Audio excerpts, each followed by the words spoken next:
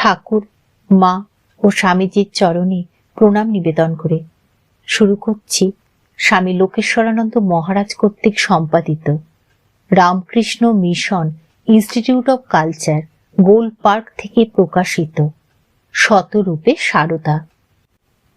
আজ পাঠ করব সারদা দেবীর যুক্তি নিষ্ঠা ও সমাজ চেতনা। লিখেছেন স্বামী সোমেশ্বরানন্দ মহারাজ। রামকৃষ্ণ মিশন আশ্রম, পাটনা। পাঠ করছি সারদা দেবীর যুক্তি নিষ্ঠা ও সমাজ চেতনার চতুর্থ তথা অন্তিম পর্ব।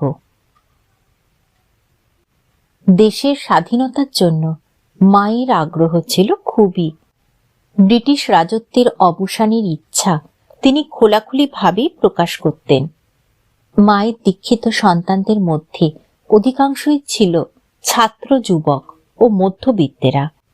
স্বদেশী আন্দোলনের সঙ্গে যুক্ত সন্দেহে ব্রিটিশ পুলিশ দুজন মহিলাকে লাঞ্ছিত করলে মা প্রকাশ্যেই বলেন, এমন কোনো বেটা ছেলে কি সেখানে ছিল না যে পুলিশকে দুচর দিয়ে মেয়ে দুটিকে ছাড়িয়ে আনতে পারত?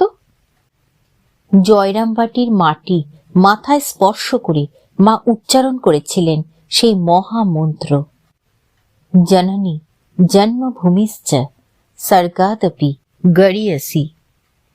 মায়ের অতি প্রিয় কোয়ালপাড়া আশ্রমে সাধু ব্রহ্মচারীরা স্বদেশী প্রচারে বিশেষ আগ্রহী ছিলেন। তার বেশ কয়েকজন গৃহী ও সন্ন্যাসী শিষ্য বিপ্লবাত্মক কাজের জন্য পুলিশের নজরবন্দি ছিলেন। স্বাধীনতা সংগ্রামীদের দেখে মা বলতেন, আহা, কি সব চাঁদের মতো ছেলে, দেশের জন্য কতই না দুঃখ লাঞ্ছনা ভোগ করছে। স্বভাবতই ব্রিটিশ পুলিশের সন্দেহ মায়ের উপর ঘনীভূত হতে থাকে। জয়রামবাটিতে মায়ের কাছে যারা যেত সকলেরই নাম ও ঠিকানা থানা থেকে পুলিশ এসে লিখে নিয়ে যেত। এমনকি সাদা পোশাকের পুলিশ মায়ের বাড়ির আশেপাশে ঘুরে বেড়াত। পুলিশের সন্দেহ গভীর হওয়ায় একবার একজন গোয়েন্দা ভক্তের ছদ্মবেশে মায়ের কাছে বেশ কিছুদিন থাকেন। পরে অবশ্য অনুতপ্ত হয়ে গোয়েন্দা পুলিশটি মায়ের শরণ নেন এবং দীক্ষা পেয়ে কৃতার্থ হন।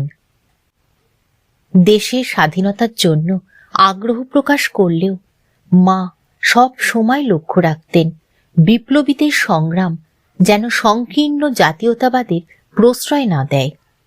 স্বদেশী আন্দোলনের সময় ব্রিটিশদের সম্বন্ধে তিনি বলতেন, তারাও তো আমার ছেলে। মা যে কত দূর সমাজ সচেতন ছিলেন তার পরিচয় পাই যখন দেখি উগ্র জাতীয়তাবাদের বদলে তিনি জোর দিচ্ছেন উদার জাতীয়তাবাদের প্রতি। কারণ এই উদার ভাবই মানুষকে আন্তর্জাতিক করে তোলে। তার বিপ্লবী শিষ্যদের তিনি বলতেন, শুধু স্বদেশী করে কি হবে, আমাদের যা কিছু সবের মূল ঠাকুর, তিনিই আদর্শ। যা কিছু করো না কেন তাকে ধরে থাকলে কোনো বেচাল হবে না। মায়ের এই উক্তির দুটি তাৎপর্য। প্রথমত, মায়ের কাছে ঠাকুরের বিশেষত্ব ছিল ত্যাগ। অতএব ঠাকুরকে ধরে থাকলে বিপ্লবীরা সহজেই ত্যাগব্রতী হতে পারবে। স্বাধীনতা সংগ্রামের ইতিহাসে ও স্বাধীন ভারতে রাজনৈতিক নেতাদের ক্ষেত্রে আমরা লক্ষ্য করি যে ত্যাগের অভাবে অনেকেরই সৎ প্রয়াস ব্যর্থ হয়ে গেছে। দ্বিতীয়ত, ঠাকুরকে ধরে থাকলে বিশ্বের সকল নরনারীর সাথেই আত্মীয়তাবোধ হবে, যেহেতু ঠাকুরের অনুরাগী ও ভক্তেরা শুধু ভারতেই নয়, এসেছে পৃথিবীর বিভিন্ন প্রান্ত থেকে। মা তাই দেশের স্বাধীনতা কামনা করলেও লক্ষ্য রাখতেন এই কামনা যেন ক্রমশ বিশ্ব মৈত্রীতে পরিণতি লাভ করে। জাতীয়তা আন্তর্জাতিকতার প্রশ্নে মায়ের এই উদার ও সুদূরপ্রসারী দৃষ্টি প্রতিটি চিন্তাশীল মানুষকেই মুগ্ধ করে। মায়ের গভীর সমাজ চেতনার আরেকটি চমকপ্রদ উদাহরণ পাই প্রথম বিশ্বযুদ্ধের পর। যুদ্ধ থেমে গেলে আমেরিকা প্রেসিডেন্ট উইলসন 14 দফা সন্ধি শর্ত ঘোষণা করেন শান্তির জন্য। পৃথিবীর বড় বড় নেতা যখন এই শান্তি প্রস্তাবে আনন্দিত, তখন মা কি বললেন? যতীন্দ্রনাথ ঘোষ প্রেসিডেন্ট উইলসনের সন্ধি শর্তের কথা মাকে বললে মা উত্তর দেন, ওরা যা বলে ওসব মুখস্থ, যদি অন্তস্থ হতো তাহলে কথা ছিল না। অর্থাৎ বিশ্ব শান্তির এই প্রয়াস বৃহৎ রাষ্ট্রগুলি কেবল মুখেই বলে, আন্তরিকভাবে চায় না। পরবর্তী ইতিহাস প্রমাণ করেছে এ বিষয়ে মা কতখানি অভ্রান্ত ছিলেন। পরাধীন ভারতে ব্রিটিশের ভূমিকা সম্বন্ধেও মা ছিলেন পূর্ণ সচেতন। সাম্রাজ্যবাদী শক্তি তার উপনিবেশে ব্যবসায়িক স্বার্থে রেলপথ, টেলিগ্রাফ ইত্যাদির ব্যবস্থা করে, বৈজ্ঞানিক যন্ত্রপাতির প্রয়োগে ব্যাপকভাবে এ সকল করে। ফলে সাধারণভাবে লোকেদের কিছুটা সুবিধা হয়। কিন্তু শোষণই যেখানে মূল উদ্দেশ্য, সেখানে স্থায়ীভাবে কোনো লোক কল্যাণ হতে পারে না, মানুষের খাওয়া পড়া কষ্ট দূর হয় না। এই দুটি দিকই মায়ের চোখে ধরা পড়েছিল। একদিন এক ভক্ত দূর থেকে ট্রেনে করে তাড়াতাড়ি এসে মায়ের কাছে পৌঁছালে মা তখন ব্রিটিশের যন্ত্রপাতি ইত্যাদির প্রশংসা করেন। ভক্তটি উৎসাহ পেয়ে ব্রিটিশের আরও প্রশংসা করলে মা তাকে শুনিয়ে দেন, কিন্তু বাবা, ওইসব সুবিধা হলেও আমাদের দেশে অন্ন বস্ত্রের অভাব বেড়েছে, আগে এত অন্ন কষ্ট ছিল না।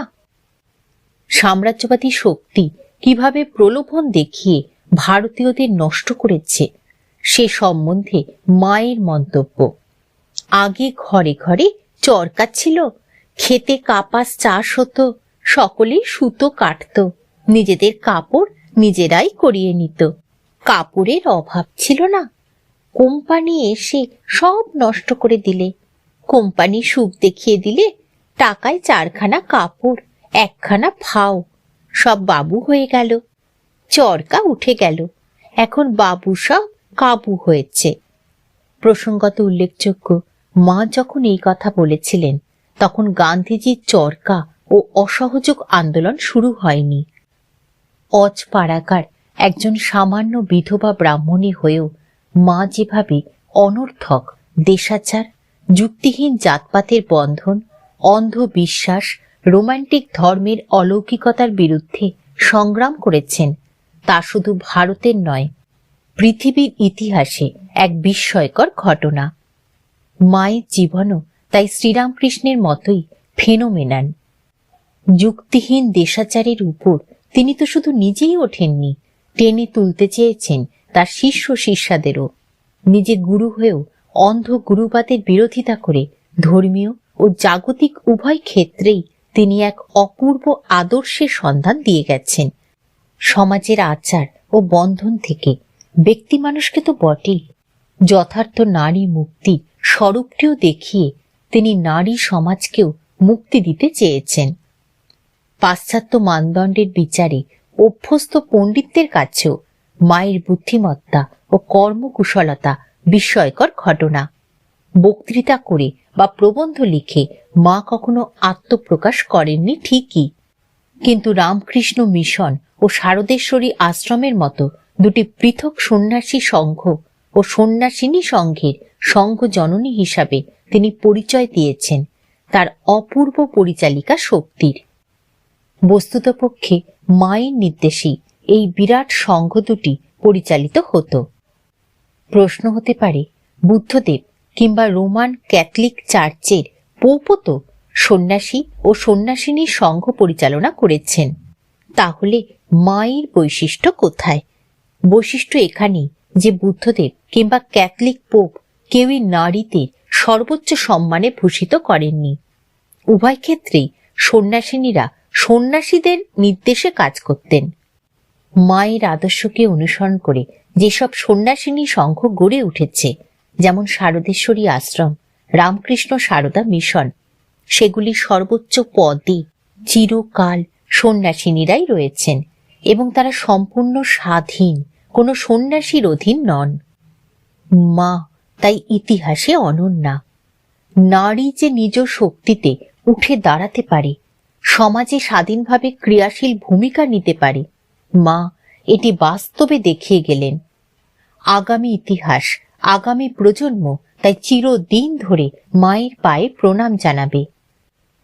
যুক্তিনিষ্ঠা ও মননশীলতার সাহায্যে মা সমকালীন যুগের তাৎপর্য ও ঘটনা পরম্পরা স্পষ্টভাবে দেখতে পেয়েছেন। আমরা বিস্ময়ের সঙ্গে লক্ষ্য করি মা এমন এক সমাজ সচেতনতার পরিচয় দিয়েছিলেন যা নবজাগরণের অন্যান্য নায়কদের থেকে কম তো নয়ই, বরং অনেক ক্ষেত্রে বেশি দূরদৃষ্টি সম্পন্ন, মৌলিক ও ব্যবহারিক। অগ্রদূত হিসাবে রামমোহন মনন শক্তির পরিচয় দিলেও তার প্রয়াস মূলত সভা স্থাপন ও সংবাদপত্রে মসি যুদ্ধের মধ্যেই সীমাবদ্ধ ছিল। তার কাছে যা ছিল মনননিষ্ঠ প্রত্যয়, বিদ্যাসাগর তাকেই জীবন ক্ষেত্রে সাকার করে তুললেন। বিদ্যাসাগর যাকে প্রাণের সারায় মুখর করে তুলেছিলেন, বঙ্কিমচন্দ্র তাকে সমাজ বিকাশের সূত্র হিসাবে দেখতে চাইলেন। রামমোহন থেকে বিদ্যাসাগর যুগ পর্বে যেমন স্বাধীন ব্যক্তিত্বের জয়গান উঠেছে, বঙ্কিমচন্দ্রের কাল থেকে তেমনি স্বাধীন সমাজের আকুতি সমস্বরে প্রকাশ পেয়েছে। স্বামী বিবেকানন্দের কাল থেকে এই দুটি ধারা সমভাবে পুষ্ট হয়ে ব্যক্তি মুখর স্বাধীন সমাজে তাগিদ এলো, যার অন্যতম ফলশ্রুতি স্বাধীনতা সংগ্রাম। আর মায়ের মধ্যে কি দেখি? অন্ধবিশ্বাস ও বিচারহীন আচার বাদ দিয়ে বিশুদ্ধ ধর্মের জাগরণের যে প্রয়াস রামমোহনের মধ্যে ছিল, সেই প্রয়াসের অনুরূপ মায়ের মধ্যেও দেখা যায়। তফাৎটা হলো রামমোহনের কাছে ধর্মটা ছিল কোড অফ কন্ডাক্ট। ধর্মের বাস্তব উপলব্ধি তার কাছে তেমন জরুরি বলে মনে হয়নি। আর মায়ের দৃষ্টিতে ধর্মের প্রধান লক্ষণ হলো প্রত্যক্ষ অনুভূতি ও কর্মে দেবত্বের প্রকাশ। নারী মুক্তির মন্ত্র খুঁজতে গিয়ে বিদ্যাসাগর আশ্রয় করেছিলেন মানবতা বোধকে। তা উজ্জ্বলতর ও পূর্ণতর রূপে বিকাশ লাভ করেছিল মায়ের মধ্যে। দেশি বিদেশি শিক্ষা গ্রহণ করতে হবে, কিন্তু তার চেয়েও বেশি নজর দিতে হবে মনন ও আত্মশক্তির বিকাশে। মা এই পথেই নারী মুক্তির সঠিক সূত্রটি ধরিয়ে দিলেন। বিদ্যাসাগর নারী শিক্ষার জন্য ব্যাপক ব্যবস্থা নিয়েছিলেন ঠিকই, কিন্তু নারী যে পুরুষের মতোই সমাজের পরিচালিকা শক্তি হিসাবে নিজেকে উপস্থাপিত করতে পারে, এ বিষয়ে বিদ্যাসাগরের তেমন কোনো প্রয়াস আমরা দেখতে পাই না। যদিও মায়ের মধ্যে আমরা এরই বাস্তব উদাহরণ দেখি। একদিকে অন্ধ জাতপাতের বিরোধিতা, অপরদিকে আমার শরৎ যেমন ছেলে, এই আমজাদও তেমন ছেলে উক্তির সাহায্যে মা বুঝিয়ে দিলেন হিন্দু পুনরুজ্জীবনবাদ নয়, সকল ধর্মের ভারতীয়দের সম্মিলিত করে সমন্বয়বাদী আদর্শের মধ্যেই যথার্থ মুক্তির পথ খুঁজে পাওয়া যাবে। সমাজের মুক্তিকে উচ্চস্থান দিলেও মা দেখিয়ে দিলেন সমাজ যেহেতু ব্যক্তিরই সমষ্টি, অতএব ব্যক্তি মানুষের মুক্তি না ঘটলে সামাজিক মুক্তি অসম্পূর্ণ থেকে যাবে। মা তাই সমাজকে ধাক্কা দিয়ে জাগিয়ে দেওয়ার চেয়ে ব্যক্তি মানুষ গঠনের উপর জোর দিতেন।